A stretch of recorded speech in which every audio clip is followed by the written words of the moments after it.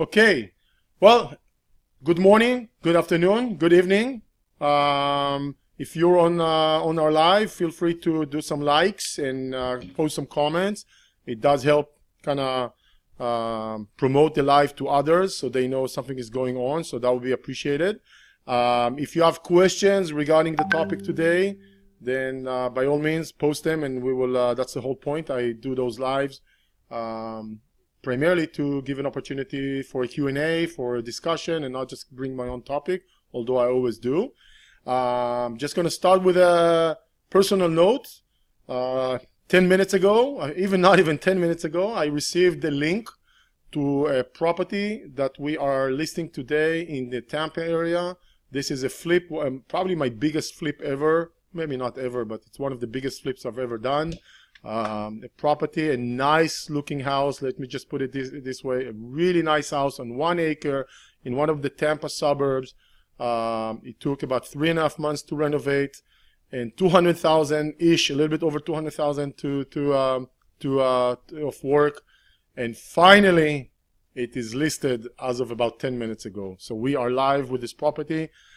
The hard part is over. Now we only need to sell it. So finger crossed, but I'm very, very excited because it's a nice piece of real estate. I know it's one that I wouldn't mind keeping for myself. It's a beautiful house, large house, so I'm excited about that. Okay, we're not here to talk about the flip of this house today. I just wanted to mention it because that just happened not even 10 minutes ago, or just about 10 minutes ago. What I want to talk about today is about something that comes up in my discussions with investors, beginner and experienced, every once in a while. It's not it's maybe not the most concerning topic, but it's up there, probably around the top 10 that I hear quite a lot. And that's actually the fact that if you're looking to buy multiple properties, should you buy them in one area, or should you actually, thank you, Gabriela, should you actually diversify?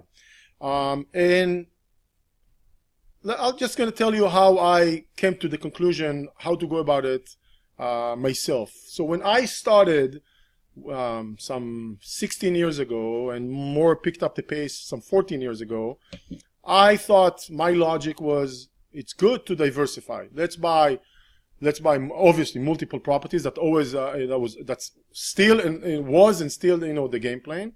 And put them in many markets, because you put them in many areas, then you diversify, right? If you put one in Oklahoma and one in Orlando and one in Dallas, something happened to the local economy, this area, then one property is in danger, and the others are not. That was the logic. That makes perfect sense to me. I think it still makes perfect sense. However, after you accumulate quite a few properties, and by the way, if you have questions, feel free to to post them. I'll take them throughout or after. But when you have multiple properties, and I'm not talking about multiple 2, 3, or 4, I'm talking about much more than that, and you diversify and put those properties in areas around the country, while you're trying to diversify and create some safety for yourself, and that makes a lot of sense. What my experience has been is you're paying in a different way. You're actually having a little bit of a penalty in a different way. Let's just say for a second you have 10 properties in 10 markets, one per market. That mostly means you are working with 10 different property management companies, maybe 7, maybe one is covering more than one, maybe even 7 property management companies, each managing 1 to 2 properties of your own. Total 10 properties. Now, when you work with multiple property management companies, your managerial supervision, administration time increases.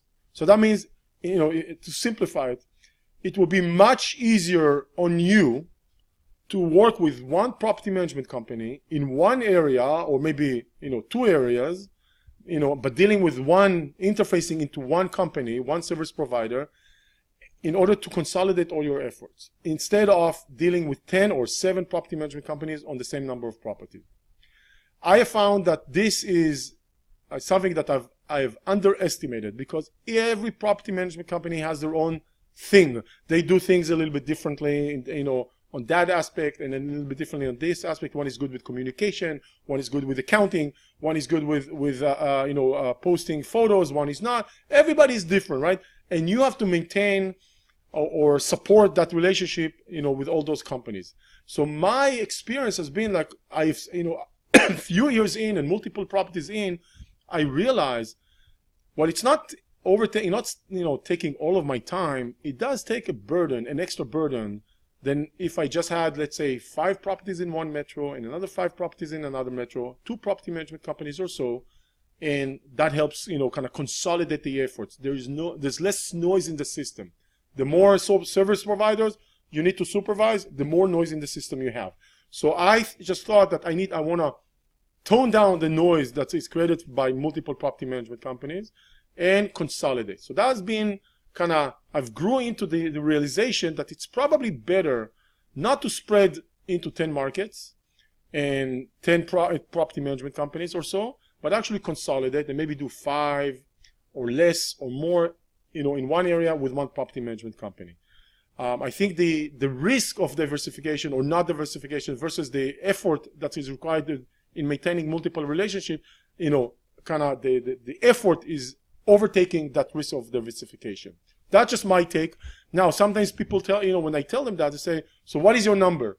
Would you say 5 per market, 3 per market, 10 per market? That I don't know. It's a very personal question, a very personal in the sense, what is your belief system? What is your, own inner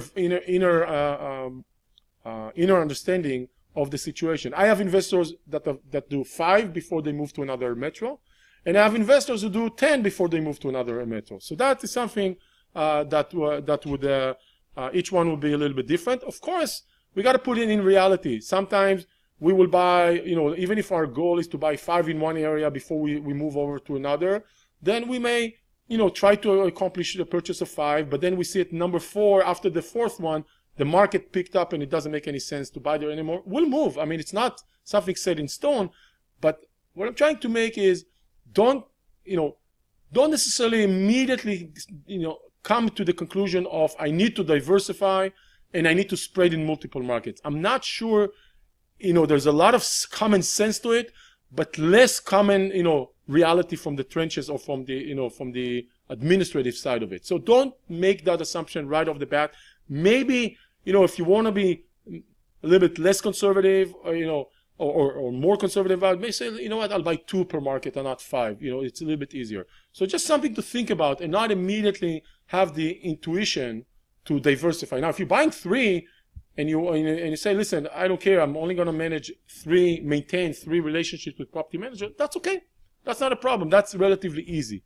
But if you want to scale up, which I think most of my investors or many of my investors do, then that's something you want to think about. So that's all I wanted to say about this. Don't immediately assume you need to diversify in multiple markets. Now I see there's a question coming in.